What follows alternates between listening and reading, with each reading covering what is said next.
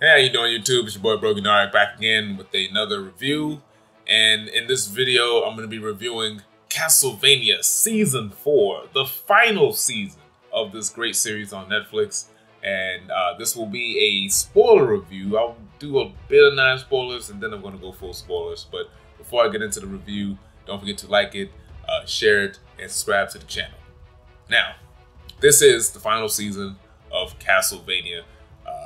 Forget when it drops. I think it was it 2017 when it dropped. Originally it was supposed to be live action. It wanted to be a movie, then it got turned into a live act, then it got turned to a TV show, then it became an animated movie. Then it was turned to an animated movie, then it became an animated series, and it's on Netflix. And pretty much each season is just a long movie. Like the first season was pretty much like a long pilot for the Castlevania series, and then it went on from season to season. This is the fourth season where they conclude the story of our main heroes, Trevor Belmont, Sypha Belladonna's, and Alucard Tepish, who is the half vampire, half human son of Dracula. And this season focuses on them putting an end to what was kind of started in the last season. Previous seasons, you have the enemy vampire Camilla, who didn't do much last season. She was plotting. This season is when she tries to unleash. She finally unleashes her big plan to take over the world, and our main heroes have to stop that. Our other two side characters, who are kind of heroes in their own way, Isaac and Hector, also living their lives. And a character that was in the last season that was a real fun character comes back and gets involved. Really good season.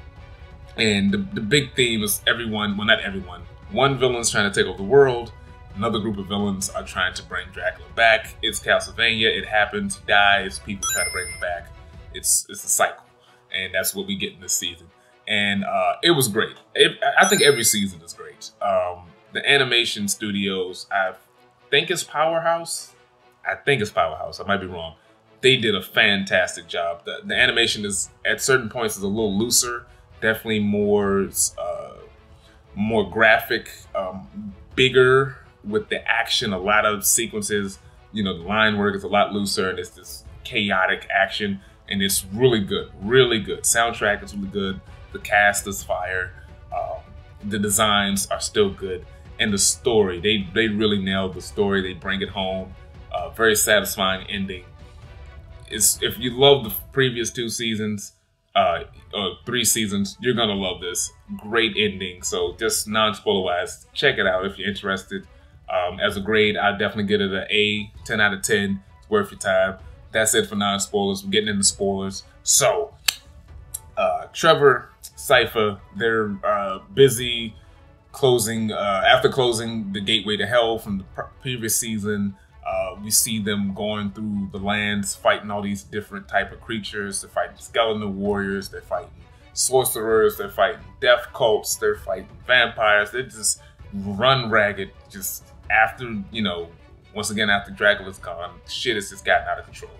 And, they're kind of getting worn down, but they're also wanting to get through this, trying to live a normal life. But they didn't quite realize once they destroyed Dracula, they then have to be on constant watch to stop people who are consistently trying to resurrect Dracula. So Trevor especially is just like, this is not what I signed up for. I thought I would have a nice life. We got rid of Dracula. Shit would be cool, but assholes keep trying to bring him back, and we have to be on watch.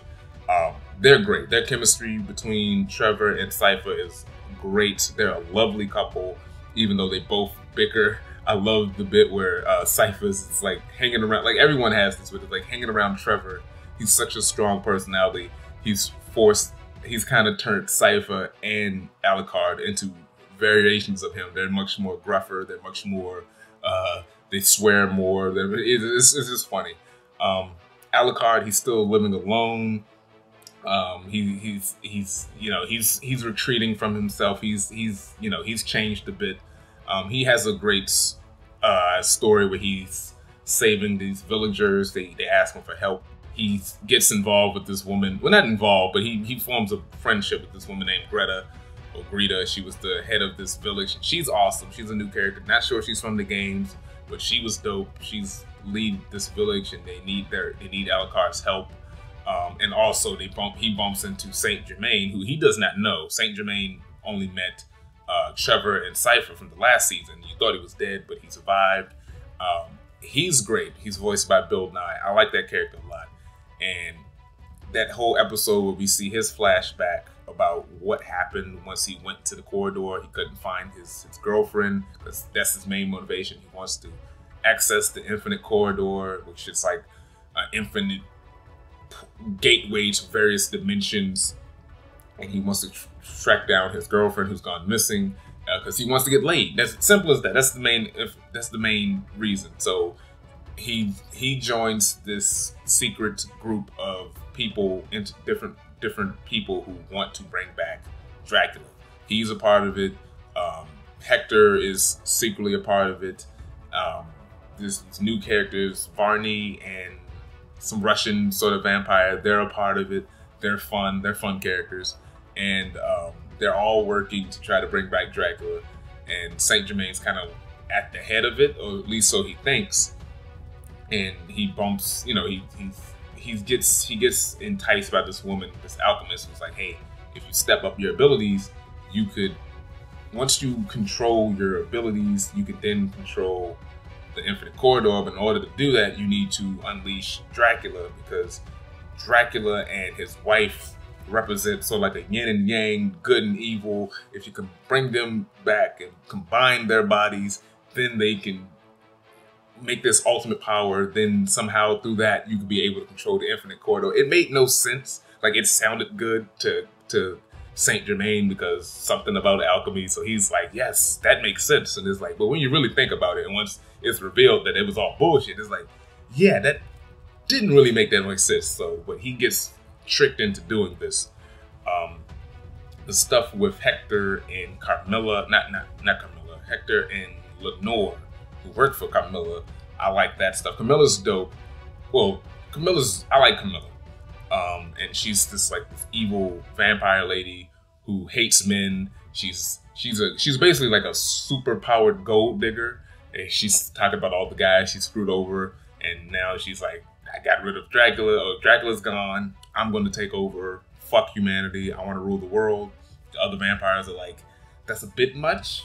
And they're all kind of afraid to say something, but they're going to go with it because, Carmilla's their homie. Hector is secretly plotting to get the fuck away from them. And then Isaac. I love Isaac. Isaac is my favorite, if not my second favorite. I think Cypher's my favorite. Isaac's my second favorite. The transformation of Isaac from being a slave to then being a loyal follower of Dracula to then branching out on his own, discovering his own talents and power, and then deciding to be his own person, but then also walk down this path of like, I want to help people and I want to make my own decisions, is great storytelling throughout the entire series. He's awesome. The whole episode when they attack Carmilla's castle and he rolls up with his soldier, with his night creatures, and takes down her people, fucking epic.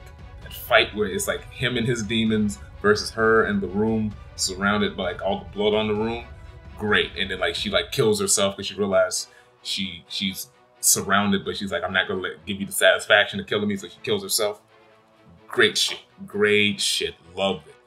So Cypher and Trevor are returning to Targovest, which was that town, that city that Dracula destroyed in the first season after the bishop or the archbishop had his wife killed. It's devastated, and they come across this woman named Zamfir, who's this nutcase who she claims to work for the royal family. And when you find out that the royals are dead, but she's hanging on to the notion that they'll come back even though they're fucking skeletons. That was really good. And of course they have to protect them from once Varney and Ratko come in, and all of that stuff was really interesting. And she like sacrifices herself finally. Like, I guess ultimately she decides that, hey, I probably should actually help these people as opposed to kind of insanely hanging on to the past. Even though she realizes she's being crazy, but she's crazy, but she knows she's crazy, but she doesn't realize the level of crazy that she's at. It was pretty interesting. And some great action sequences with the army attacks Alucard, the demon army attacks Alucard's castle, and they got that friggin' demon T-Rex looking thing that's breathing fire. That shit was awesome, especially when Trevor and Cypher pop up to help out, to save everyone in there. Fucking awesome. The reveal that Varney was actually Death in disguise, which I think Death is a playable or actual villain in the game. I'm not too familiar with the game series, and he's voiced by Malcolm McDowell in this. That was a cool design. That was a cool reveal. Because they did subtly hint at early on in the first episode where there was like the death cults. And, death is this personification that some people worship and da-da-da. And it's like Death is back. And Death's whole plan is like, I need Dracula back because Dracula was about to like unleash a lot of death on he was going to unleash unholy hell on the world. There was going to be a lot of souls. I need souls. All I do is eat souls. I really need those souls. I need Dracula back.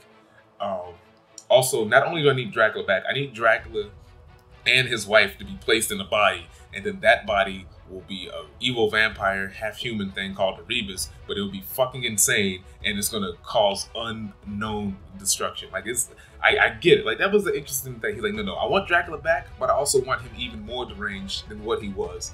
It'll give me, more death. And, yeah. There's a cool fight with his guards.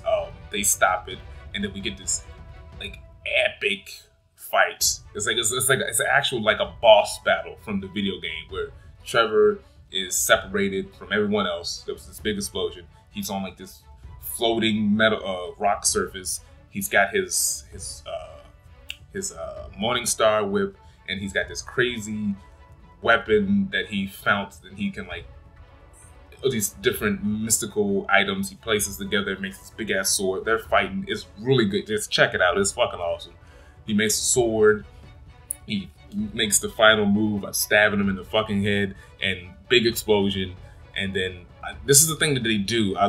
They did it especially in the second season, where there's the big climax, and then there's a whole episode of just the aftermath of what happened. So the last episode, we find out, Hector and Lenore, they're debating about was Carmela's plan, would it have worked and stuff like that. And Lenore decides, like, I don't want to live in this world without Carmela, and like this new world could be kind of dangerous, and I don't want to live stuck in this castle that Isaac is now going to control. So she decides to just look at the sun and let herself die.